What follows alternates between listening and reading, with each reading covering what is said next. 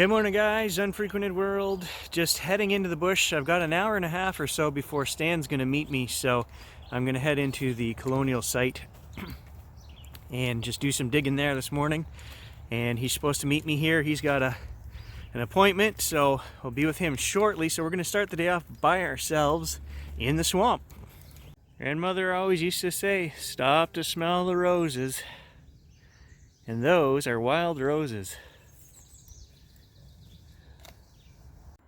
So there's the 300-year-old waterway, and right here is where they would have brought in canoes and stuff. And that's where I'll be working, hitting up this shoreline. It's not an easy go, but somebody's got to do it, and that's going to be me. So I just had to go into my wife's office and drop her phone off. So this is what I call civilian dress. And then when you get out here to the swamp, things get serious. Then you got to start tucking things in. Can't be no hillbillies going into the office dropping stuff off, so you know, gotta look civilized. That being said, anyone who asks me where I'm going, I tell them I'm heading for the bush. Anybody who knows me knows that's where Gary spends his time.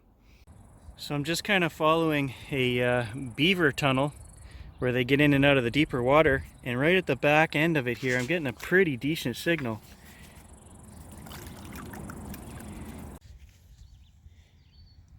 There we go, 50, solid 50s.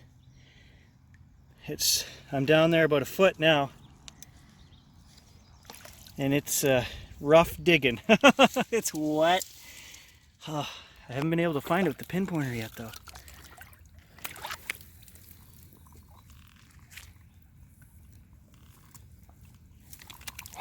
Why can't I find it? Oh, crap. So there's one boot. It's almost straight at the edge. I'm slowly sinking, and the other one just went under. So I've got a boot full of water now. I'm up to my bloomin' elbow here. There's the pile. I still can't find it. Listen to this. It's here.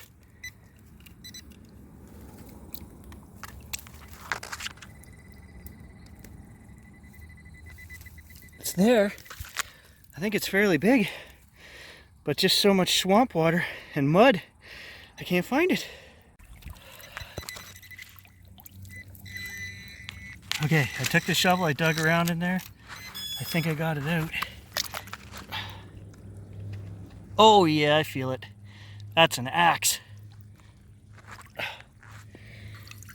Oh, oh, look at the condition of that. Not even rusted.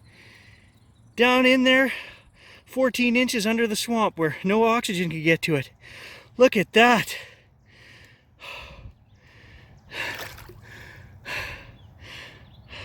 Wow, that's a drop for sure. Look at that, it's like new. I can see shiny steel here. Like, that is crazy. You know, just no oxygen in there, no corrosion. Oh man, Stan is gonna love that. And to think I just about gave up on that. I was right up to my elbow. I got a wet boot. Yeah, it was worth it. Okay, we just came out of that channel there. I've followed it up around, and I've got another signal here. Just getting the faintest little grunt, so I took the top off, and now I'm getting 53s. So kind of the same thing as the last one.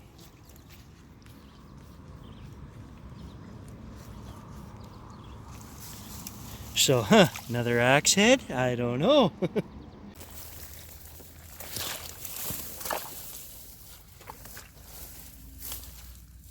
Well, I didn't bring the GoPro today, so I've got the camera propped up on a log.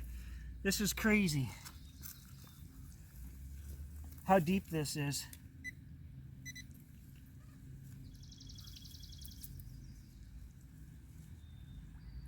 It just keeps going. And I can't find it.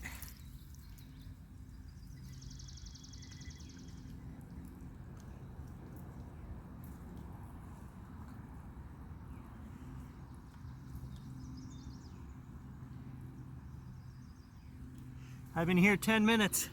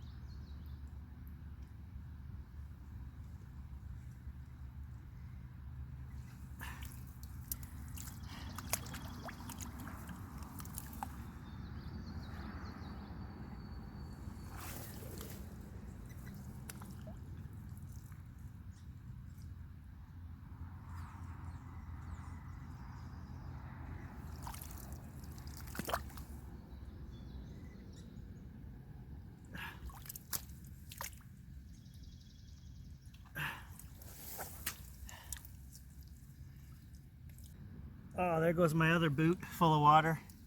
Jeez.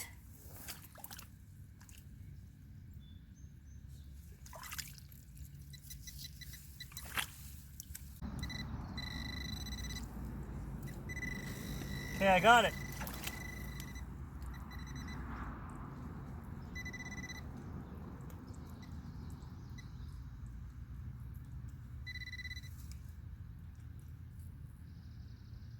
Oh, yes! Look at that! It's another a gold button. Look at that! I don't know if you guys can even see where I'm putting the... Look at... I've seen one of those, not 5 feet from here. Oh yeah! I knew it! I can't believe it! I knew there was still stuff here. Look at this, guys. I'll show you. Another gold, triple gilt gold button, and this one's got the shank on the back of it. Oh yeah! Look at that. There's the shank, and there's the front. Oh man, absolutely amazing morning so far. So you guys have seen what I'm going through here. Look at this. Look at my arm. I was up past my elbow looking for that one. Absolutely crazy. Good results though. So I've got to surmise that they had too much lip from this officer wearing the gold buttons here. He was just taking too much control of this trip, and so they killed him and buried him here in this swamp, jacket and all. And I'm gonna find the other dozen buttons that were on it. Let's get back at it. My first grade teacher always said I had the wildest imagination. Well, some of the stories that play through my head when I find this stuff. But hey, that could have happened, who knows? Oh, thought I had another one there. That was ringing up really good. But here's the difference. Right in the bottom of this beaver trail is all sand, and this was maybe down there an inch in the sand. And you could see the oxidation that happens to these items when they're right at the surface like that versus the beautiful axe we pulled earlier. So just an old square nail, but still cool. Okay, this is the keeping it real portion of the show. So this is the last square nail I'll show you guys, but pulled that out of the same hole there, right in the middle, the deepest part. So I don't know why they're in there, but guess if you want to get the treasure, you got to get in where the frogs are. Hopefully that's all that's in this water. I'd really hate to go home with typhoid fever. God knows what's in there, and I hate leeches, but hey, this guy has gold in his pocket, I'm going back in. Look at that. I just took a break here and I pulled the axe out to look at it. Look at, there's a maker's mark on this axe. JC or something like that. Absolutely amazing shape. Oh man, Stan is gonna flip his lid. I'm not too far from the water now, and the problem here is I'm walking on a grass mat, and there is a signal here, right into the 50s again. I can't find it on the pinpointer. The problem is that once you get through this top 4 inches of slime, you break through, and then it just goes like I could bury my whole arm. The pinpointer just keeps sinking because we're on a grass mat. And I don't know if I push the item through or what, but I can't get it. On to the next, I guess. That bugs me, but I can't do anything about that.